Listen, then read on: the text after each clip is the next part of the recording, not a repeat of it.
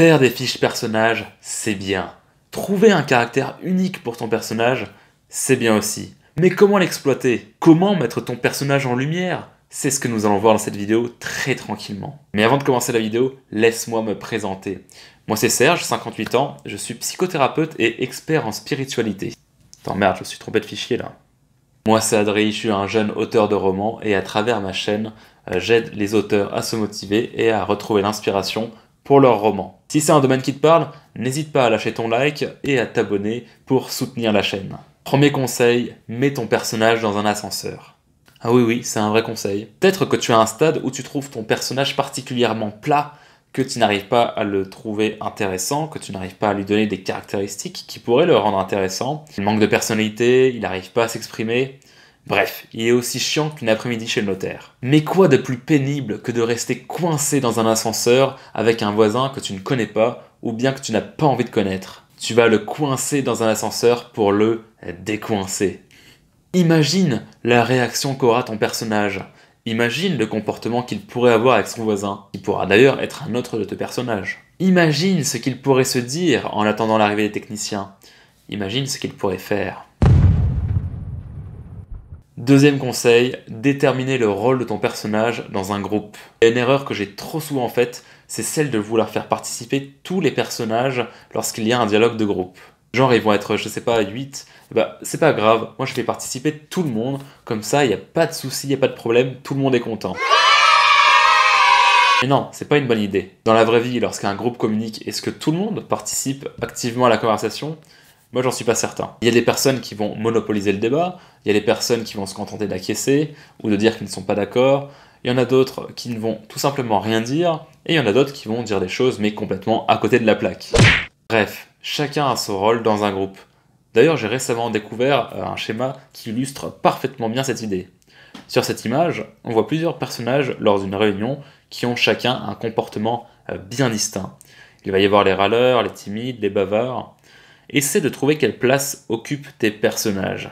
Si tu as peur de délaisser un de tes personnages et que du coup ton lecteur oublie sa présence, tu peux très bien glisser une de ses actions pendant le dialogue pour qu'il ne soit pas complètement passif. Par exemple, dans ce passage de mon roman, Brian et Célestin monopolisent la parole en ressassant des vieux souvenirs d'enfance.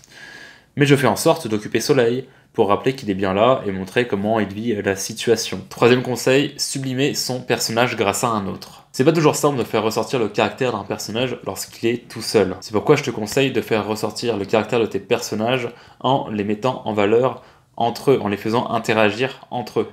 Par exemple, imagine qu'un de tes personnages soit un passionné d'astrologie. Ça peut être sympa que lors d'un conflit avec un proche, il lui balance une réplique du style « Oh, de toute façon, les béliers, ils en font qu'à leur tête. » Ou à l'inverse, son interlocuteur peut très bien lui dire quelque chose comme ça. « Et allez, tu vas encore me sortir que nos deux signes astro sont pas compatibles. » Ça peut donc aller dans les deux sens. C'est d'ailleurs très sympa d'avoir deux personnages qui s'envoient des punchlines comme ça sur leurs caractéristiques respectives. Ça arrive aussi souvent que des relations conflictuelles rendent les personnages encore plus attachants. Harry Potter et Drago Malfoy, par exemple, Gimli et Legolas, dans Le Seigneur des Anneaux, Sherlock et Moriarty, etc., etc. Petit conseil bonus, tu peux aussi faire rentrer en scène un nouveau personnage en le décrivant à travers les yeux d'un autre. Au lieu de simplement écrire « Jean-Michel était un très beau garçon », tu peux très bien dire « Blandine fut tout excitée de l'arrivée de son nouveau collaborateur, Jean-Michel, qu'elle trouvait particulièrement séduisant ». Quatrième conseil, faire s'entrechoquer traits de personnalité et péripéties. Quelque chose que je trouve très efficace pour mettre en avant une caractéristique d'un personnage, c'est de provoquer une péripétie à cause d'elle. Par exemple, imagine que ton groupe de personnages doivent s'enfuir d'un entrepôt car un incendie vient de se déclarer. C'est cool, mais c'est encore plus drôle si c'est un de tes personnages qui l'a provoqué. Un personnage maladroit par exemple, ou mal intentionné.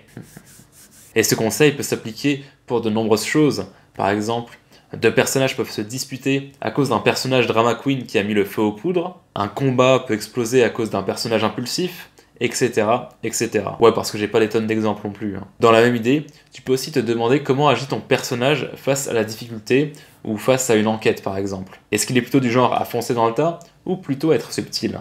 J'espère que ces conseils auront pu t'aider. À présent, place au mot de la fin qui s'affiche sur l'écran. Si tu as vu la vidéo jusqu'au bout, lâche un commentaire avec ce mot à l'intérieur, tu peux essayer d'être absurde ou original, ça me fait toujours marrer. N'hésite pas également à t'abonner si tu veux voir les prochaines vidéos. Allez, sur ce, travaille bien, écris bien, ciao!